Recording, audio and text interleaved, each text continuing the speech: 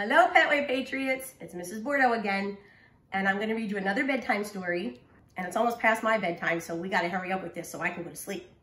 But this is called Mrs. Katz and Tush by, again, my favorite children's author, Patricia Polacco. And this here is Gabby. Say hi, Gabby. And that's Oreo. And Obert's around here somewhere, so eventually you'll see him too. All right, Mrs. Katz and Tush by Patricia Polacco.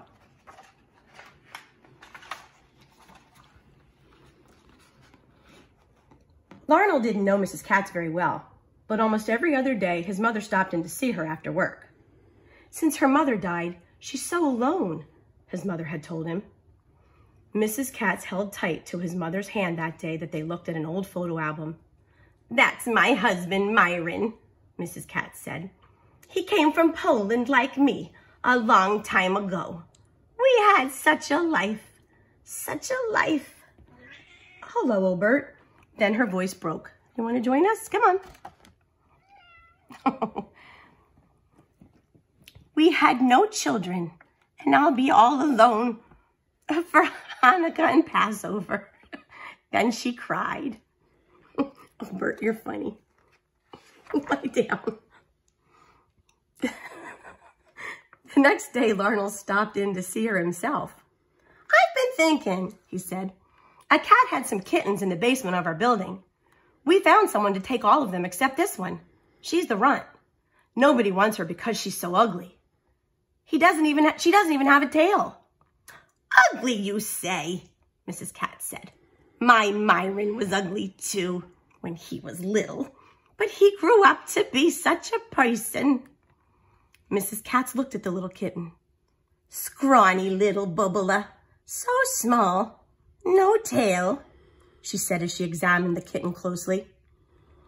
"I don't know," she said doubtfully. Then she saw the look on Larnell's face. "Larnell, I'll take her," she announced. "But only if you'll come help me with her. I've never had a cat before." There goes Obert. Larnell promised. "A good Yiddish name I'll give her," said Mrs. Katz. "Let's see. She has no tail. All you see is her tush. That's it. We'll call her Tush." "Gabby, leave Obert alone." Little Tush grew healthy and strong. Mrs. Katz cooked for her, brushed her, knitted toys for her, and even read to her. "Such a person," she'd say as they watched Tush play. Mrs. Katz was in love. Can you see why? Aww. Larnell kept his promise. He visited Mrs. Katz and Tush every day after school. There was always a fresh-baked kugel and a tall glass of milk waiting for him. But as much as he grew to love Tush, he also loved to listen to Mrs. Katz talk about the old country and the way times used to be. "I come from Poland. Oh, I come from Warsaw. That's in Poland, you know. I came here to work sewing dresses in the garment district for my cousin Moshe. I didn't speak one word of English." "Then how did you talk to people?" asked Larnell. "I didn't," she answered. "A lot. I cried in those days until I met Myron. He asked me to marry him after he tasted my kugel." "Oh, I believe that," Larnell said as he ate some. "Myron and I used to vacation in the Catskills, a borscht resort, you know, a place for Jews to stay." "You mean Jews couldn't stay anywhere they wanted to?" Larnell asked. Mrs. Katz didn't answer. Instead, she went to a trunk and pulled out some old clothes. "My grandma told me about places that she couldn't stay either," Larnell said softly. "Larnell, your people and mine are alike, you know. Trouble we've seen, happiness too. Great strength we've had. You and I are alike, so much alike. Now, where was I? Oh, yes, the Catskills. We used to dress every Sunday and have a costume ball," said Mrs. Katz. Then she put a record on the record player. It was old and scratched. "You hear that, Larnell?" she said. "That is what we used to dance to. It's a dance from my homeland. Here, I'll show you." They whirled around the room and laughed and giggled. As the weeks passed, Larnell spent more and more time with Mrs. Katz. "Since you are almost family to me, Larnell," she said one day, "I want you should come with me to say Kaddish for my Myron. I know you're not Jewish, but Myron would have liked you. You're such a person, Larnell." At the cemetery, she read from her book. Then she asked Larnell to put a small rock on top of Mr. Katz's headstone. "We do this to remember," she said softly. "Shalom, my Myron," she murmured and wiped tears from her face. On the way home, she announced, "Kugel! Such a kugel I baked for you today, Larnell. Hurry, Tush will be worried for us," she said as they walked. When they got home, they called for Tush, but she didn't come. They looked everywhere for her. Suddenly, Mrs. Katz gasped. The window to the fire escape was open. "Oh, no," she cried. "I forgot to shut the window before I left. Poor Bubala. She has never been outside." "We'll find her," Larnell tried to reassure her. "She has been acting strange lately," Mrs. Katz said through her tears. "She's been trying to get out, but I was afraid that she would get hit by a car." "I'll find her, Mrs. Katz," Larnell said. "I won't let you down." Oh boy, I hope they find her. It was getting dark. First, Mrs. Katz and Larnell looked around their building. Then they went everywhere in the neighborhood. They left notes on doors, telephone poles, and fences. They asked everyone who lived nearby, but no one had seen little Tush. That night it stormed. There was rain, awful, awful rain. Mrs. Katz hardly slept as she thought about her little Katila. "She's such a person, such a person," she whispered. Larnell worried most of the night, too. What will Mrs. Katz do, he thought. "Please, God, bring that little cat back to her," he said softly into his pillow. A loud knock on the front door awoke Mrs. Katz. It was Larnell's father and two neighbors. "Is this yours?" they asked. "My Bubala, little Katia," Mrs. Katz exclaimed. "We found her in the back alley, soaking wet and hungry," Mr. Moore said. Thank you, Mrs. Katz said as she took Tush in her arms. "Whew, thank God Tush is home." "Oh, she must have ate a lot while she was out. She looks fat." After a while, Tush no longer had the least desire to go outside again, but she slept a lot, even when Larnell came over to play with her. "It was at my Aunt Havela's Passover Seder that I met Myron. Did you know that?" Mrs. Katz asked as she looked at Larnell. "What good times they were, with lots and lots of family. Now it's just me," she said softly. "Could I have Passover dinner with you?" asked Larnell.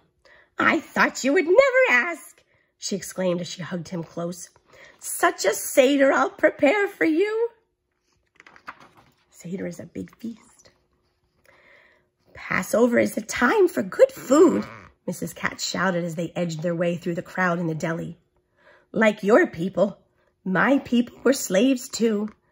They lived in a country where they didn't want to be. They wanted freedom so much that they prayed to God to help them. So he sent an angel that brought death and sadness to the houses of our captors. But the angel did not visit the houses of my people." "How did the angels know where the Jews lived?" Larnell asked. "They marked the doors. Then the angel passed over. Passed over, Larnell. That's why we call this time of celebration Passover." "So, Larnell, we have a big feast to celebrate, but we also remember those who had to suffer so we could be free," Mrs. Katz said. "Part of the dinner is sad, and part of it is happy." Obert got jealous and just chased Oreo off the futon, or the ottoman. "That's not nice, Obert." As Larnell helped get the linens and china out, Mrs. Katz said, "You see this tablecloth? This was our wedding chuppah, our canopy. For all these years, we have used it for holy days and celebrations." "How come you have so many different dishes?" Larnell asked. "Because some Jews don't eat dairy and meat off the same dishes," she answered. When they sat down to Seder together, Mrs. Katz lit 2 candles and waved her hands over them. She read from her book, said prayers, then smiled and said, "Let the feast begin." They drank red wine and water. They ate bitter herbs, lamb, and chicken. They also had gefilte fish and spiced chopped apples with potato pancakes.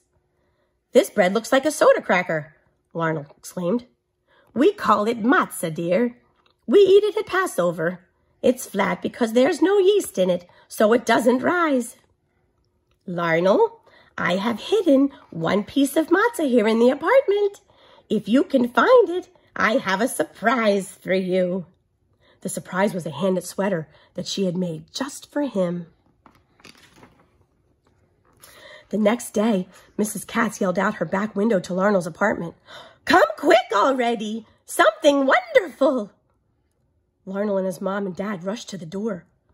"The angel of death passed over, but the angel of life didn't. Mazel tov, Tush! 4 babies! At last, I am a bubby." Oh, so back here, when it looked like Tush was fat, it wasn't because she was fat. She was having babies. She had 4 kitties. As the years passed, Mrs. Katz, Tush, and her descendants became part of Larnell's family. There were graduations, weddings, new babies, and finally, a Kaddish. Larnell stood in front of the headstone. He read from her book. He placed a small rock on top of her headstone. Then he, his wife, and their children read the inscription together. "Mrs. Katz, our bubby, such a person."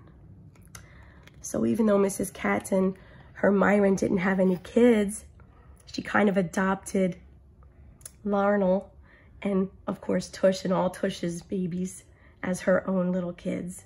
Oh, that's a sweet story. All right, Petway Patriots, it's time for bed. Definitely past my bedtime. Sweet dreams. Mwah! And Obert and Gabby and Oreo say goodnight, too.